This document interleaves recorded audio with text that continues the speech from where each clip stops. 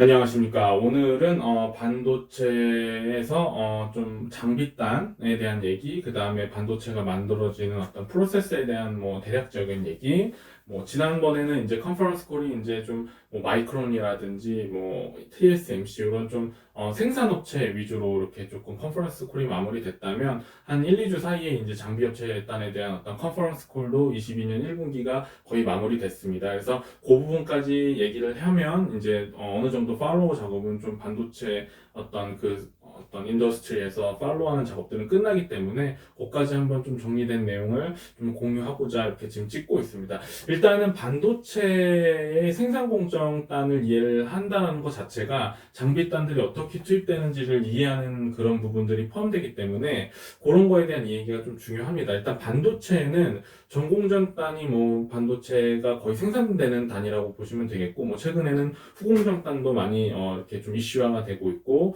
그 부분에 있어서 뭐 대만 이런 업체들이 잘하고 있는 그런 것들이 많이 부각되면서 국내에서도 이제 다양한 그런 기업들에 대한 얘기들이 지금 나오고 있고, 그쪽에 대한 어떤 주가에 대한 어떤 움직임들도 조금은 기존 3, 4년 전보다는 현재 많이 올라와서 밸류에이션을 잘 받고 있는 상황이다라고까지 정도만 이해하시면 될 것 같고, 오늘은 이제 제가 이제 글로벌 어떤 그런 장비사를 만드는 업체들이 이제 좀 전공정단에서 이렇게 플레이어로서 역할하고 있는 업체이기 때문에 전공정단에서 역할하는 거에 대해서 좀 위주로 설명을 좀 한번 해보려고 합니다.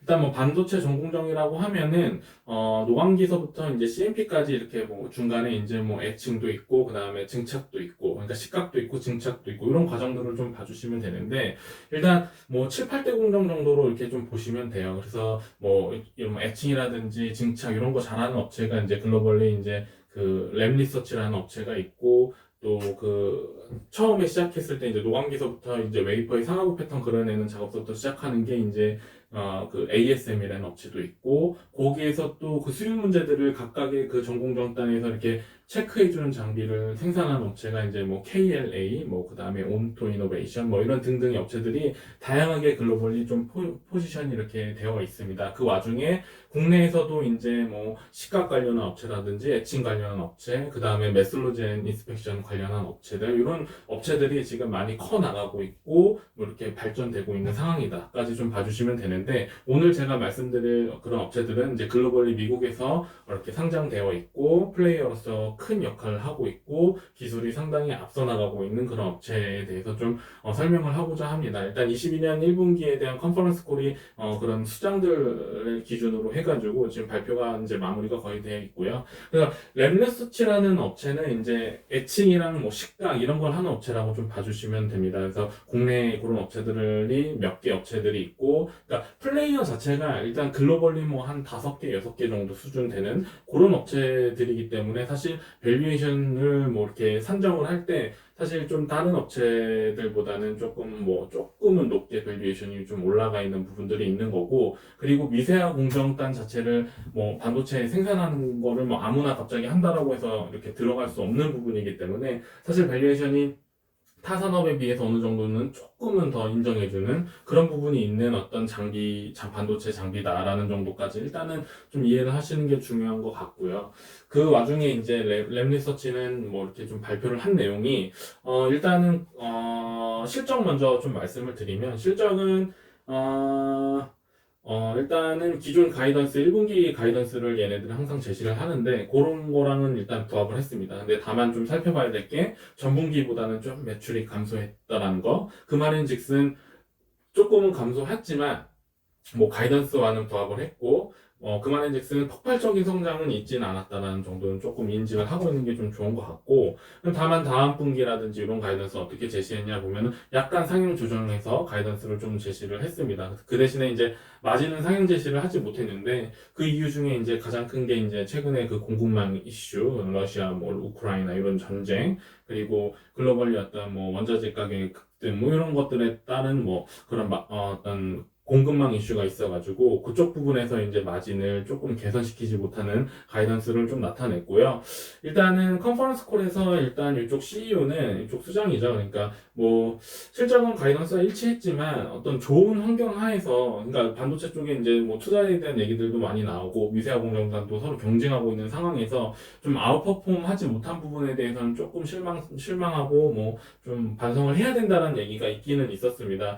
그렇지만 뭐 가이던스와 일치한 실적을 발표했기 때문에 뭐 그런 부분 좀 좋게 봤다라는 그 미래에 대한 얘기들도 이제 나중에 할 건데 그 얘기들도 뭐 나쁘지 않게 이렇게 진행이 됐었습니다. 그래서 공급망 이슈를 뭐 언급을 했고, 그게 지금 현재 상황에서 가장 큰 리스크다. 왜냐면은 외부 환경은 뭐 클라이언츠들은 계속 투자를 진행하려고 이렇게 조금 예산들을 짜고 있는 그런 그림들은 그려지고 있는데, 이런 뭐 공급망 이슈가 좀 많이 나와가지고 이런 다양한 리소스들을 뭐 인적 자원이라든지 뭐 재무적 투자라든지 다양한 리소스 투입들을 하고 있고, 이에 따라서 이제 코스트가 약간 증가했다는 얘기들이 나와 있어요. 그래서 실제로 실적을 보게 되면 이제 작년 전분기죠. 전분기랑 근데 올해 이제 분기 이렇게 이제 GP 마진이라든지 OP 마진 이렇게 보시면 알겠지만 전분기보다 약간 내려가는 것들이 보이십니다. 그래서 이런 게 지금 CEO가 이렇게 말한 거랑 좀 연관되는 부분을 실질적으로 재무적 어떤 환경 하에서 이렇게 파악을 할 수 있다는 걸 좀 아시면 좋을 것 같고요.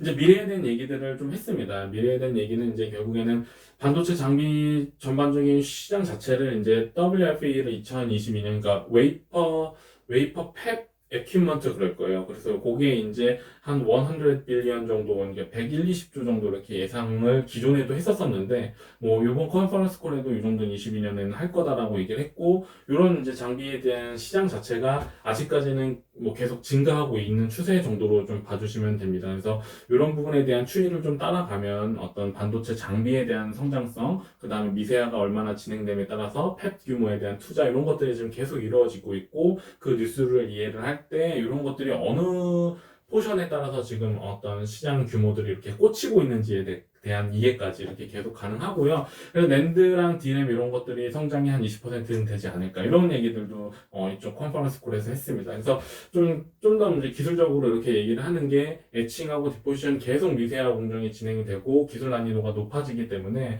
여기에 대한 지속적인 투자, 이런 것들이 이제 내부적으로도 계속 진행되고 있고, 이런 것들이 이제 다음 분기 이렇게 마진에 대한 어떤 반영을 시켰을 때 조금은 투자가 계속 R&D 비용이 계속 증가하는 추세에 있기도 하고, 공급망 이슈에 따른 어떤 뭐 리소스 투입을 다양하게 하기 때문에 뭐 리브뉴는 계속, 매출은 계속 늘어나는 그림으로 가지만 마진 자체는 조금은 좀 하향해서 조정돼야 되는 그런 부분에 대한 얘기를 하고 있는 거죠. 그래서 이렇게까지 좀 봐주시면 될 것 같습니다. 그렇지만 지속적으로 이제 고객사 니즈 충족하면서 이제 시장 자체가 이제 워낙에 좋다라고 이쪽들은 다 바라보고 있고요. 그 팹에 대한 어떤 지금 투자 뭐 이런 것들이 국가적으로도 이루어지고 있고, 뭐 업체들끼리도 좀 경쟁하고 있는 상황이기 때문에 환경 자체가 이제 굉장히 좋을 거라고 이제 계속 지속적으로 예측을 하고 있고, 요번에도 마찬가지로 그런 부분은 지속적으로 좋아질 거라고 예측을 했습니다. 그래서 견고한 성장을 기대하고 그 안에서 뭐 글로벌 리더십을 가지고 장비들을 생산해 나가겠다는 얘기들을 했고,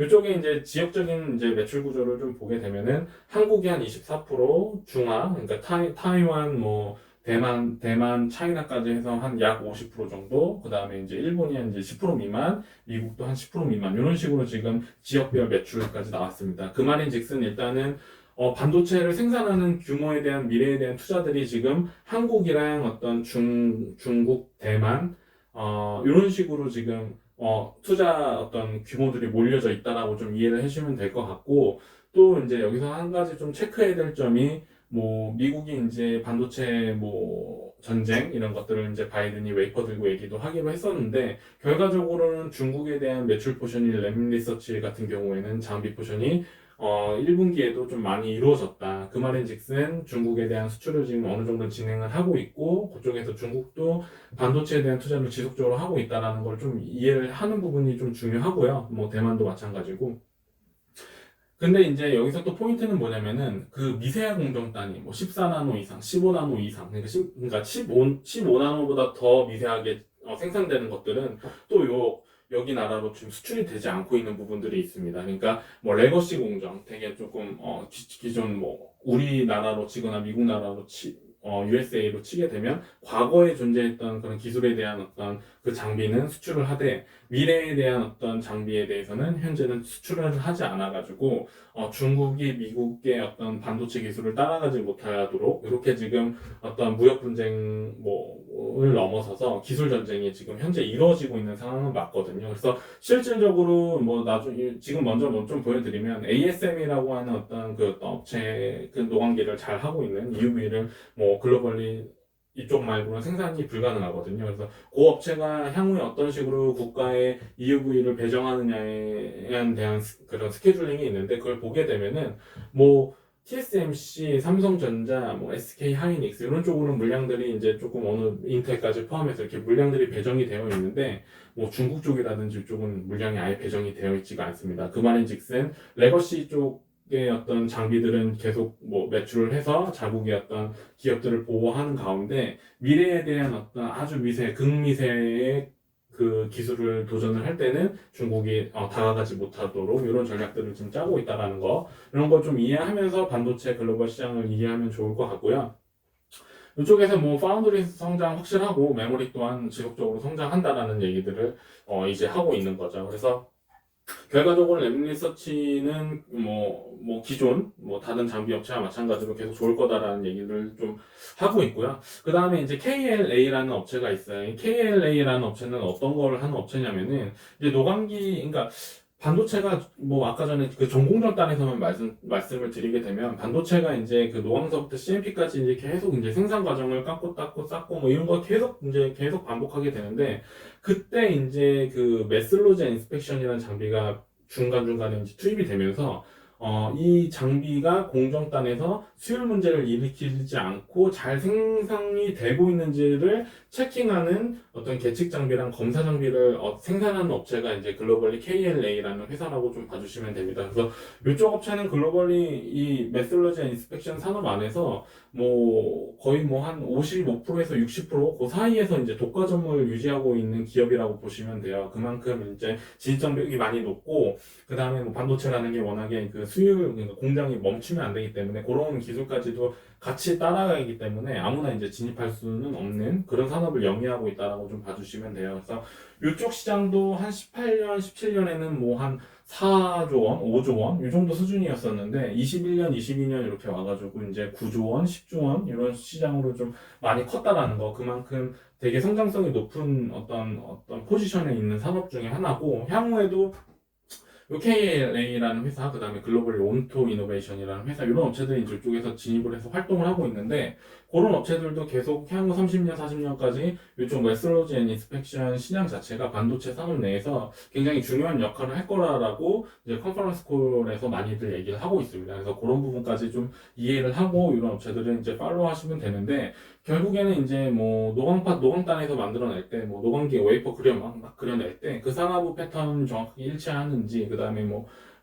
어떤 뭐 파티클이 묻었는지 안 묻었는지 이런 것들을 체킹하는 장비를 아주 미세한 기술, 그 다음에 얼마나 빨리 스피디하게 스루풋을 통해 가지고 어떤 샘플링들을 많이 채취해낼 수 있는지 그런 것들이 이제 중요한 회사라고 보시면 돼요. 그만큼 굉장히 진입장벽이 높은 회사다라고 좀 이해를 해주시면 될 것 같고 이 회사도 이제 뭐 기존 가이던스랑 이제 부합해가지고 이렇게 매출을 했다라는 얘기를 하고 있고 다만 전분기 대비해서 매출은 조금 여기도 소폭 하락했습니다. 램 리서치와 마찬가지로. 그래서 그런 부분을 좀 봐주시면 될 것 같고 다만 이제 매출 가이던스를 전기 대비해서 상향 조정했고요. 그래서 4월부터 6월까지는 이제 조금 매출이 윗단에서 꽂히지 않을까 이렇게 얘기를 하고 있고요. 근데 여기는 이제 공급망 이슈에도 불구하고 마진단은 이제 기존 어떤 전기와 좀 유사하게 유지를 했다. 여기까지 좀 이해해 주시면 될 것 같고, 컨퍼런스 콜에서 이제 뭐 몇 가지 얘기들을 하고 있습니다. 그래서 좀 좀 중요한 얘기들을 뭐 좀 먼저 하게 되면은, 일단 메모리와 뭐 파운드리의 성장 계속 있고 아까 전에 말씀드린 WFE도 이쪽은 뭐 계속 증가하고 있어서 그 안에서 지금 계속 우리는 성장하고 있다는 얘기를 합니다. 그래서 이쪽도 마찬가지로 뭐 WFE 증가가 이제 좀 지속적으로 이루어질 거다. 그 안에서 우리 플레이하고 플레이어하는 업체 중에서 우리가 독과점의 어떤 강력한 리더십을 갖고 있다. 뭐 이런 얘기를 하고 있고, 뭐 그러니까 아까 전에 말씀드린 메트로로지 인스펙션 요 산업에서 지속적으로 계속 리더십을 구축하고 뭐 다양한 어떤 확장적인 어떤 장비들을 할 수 있도록 지금 이어나가고 있다라는 얘기를 계속 합니다. 그래서 아까 전에 계속 말씀드린 게 이제 생산 과정에서만 뭐 램리서치가 그쪽에서 플레이하는 업체여가지고 그쪽 단에서만 말씀을 드렸는데 최근에 이제 후공정단도 굉장히 이슈화가 되고 있거든요. 그쪽에서 결국에는 반도체를 잘 만들어냈는데 후공정단에서 어떤 패키징에 문제가 생기면은 반도체는 뭐 결국엔 전공정단에서 아무리 미세하게 잘 만들어놨는데 후공정단에 넘어가서 문제가 생기는 것도 굉장히 큰 리스크가 있는 그런 분야이기 때문에 그쪽에 대한 어떤 얘기들까지 하면서 우리는 후공정단에서도 메솔로지 인스펙션 산업 자체가 계속 발전할 수 있도록 리더십 구축하고 있다라는 얘기를 하고 있고 그쪽 시장도 이제 어마어마하게 커지고 나가고 있다. 그래서 거기서 플레이어로서 준비하고 있다는 얘기 하고 있고 이제 뭐 장비 업체들은 다 똑같습니다. 이제 매출이 나가게 되면 그 다음에 이제 CS 매출이 이제 따라서 붙는 그런 구조가 있는데 그런 쪽 안에서도 이제 뭐 우리는 성장할 거다라고 지금 계속 얘기하고 있고 CS 매출도 이제 계속 뭐 YOY 대비해서 14% 이상 상승했다. 뭐 이런 식으로 얘기하고 있습니다. 그래서 강력한 리더십과 캐시플로우 바탕으로 해가지고 지속적으로 주주하는 정책들을 펼치고 있고 자사주 매입해서 소각하고 배당금도 지속적으로 지급하겠다라는 뭐 그런 정책들을 뭐 강력하게 지금 얘기들을 하고 있습니다. 그래서 이런 전반적인 반도체 장비에 대한 이해와 그 다음에 글로벌 클라이언츠들의 어떤 그런 투자 어떤 사이클링, 그 다음에 더 전방에 있는 뭐 5G, AI 뭐 등등 뭐 많은 그 최첨단 기술을 단 안에서 뭐 자율주행까지 해가지고 뭐 많잖아요. 그런 수요들에 대한 예측들이 이렇게 쭉 이어지면서 그런 장비단, 소재단까지 쭉쭉 이어지는 어떤 반도체에 대한 투자 그림 이런 것들까지 이제 한번 얘기를 하고 싶었던 거고 그런 걸 이해를 하려면은 결국에는 글로벌리 가장 잘하고 있는 반도체 장비사들에 대한 이해 이런 것까지 좀 필요하게 되는 부분입니다. 그래서 그런 부분은 저는 이제 팔로우를 하고 있고 얘네들이 어떤 그림으로 지금 반도체 시장에서 플레이를 하고 있는지를 이제 계속 어떤 조사, 시장 조사, 그 다음에 뭐 팔로우를 해야 되는 부분 그런 것까지 이제 같이 이어져서 국내 장비사들의 방향, 그 다음에 클라이언츠들의 방향 이런 것까지 이제 보고 있다. 그래서 그런 부분에 대한 결국에는 수요 땅까지 이어지는 그런 거를 계속 생각을 하고 있는 부분이 있어서 뭐 제가 어차피 보는 김에 이렇게 또 생각이 나서 이렇게 한번 찍어봤습니다. 그래서 다음에 또 좋은 어떤 얘기 할 게 있으면 또 찍어가지고 또 도움이 되도록 이렇게 하겠습니다. 안녕.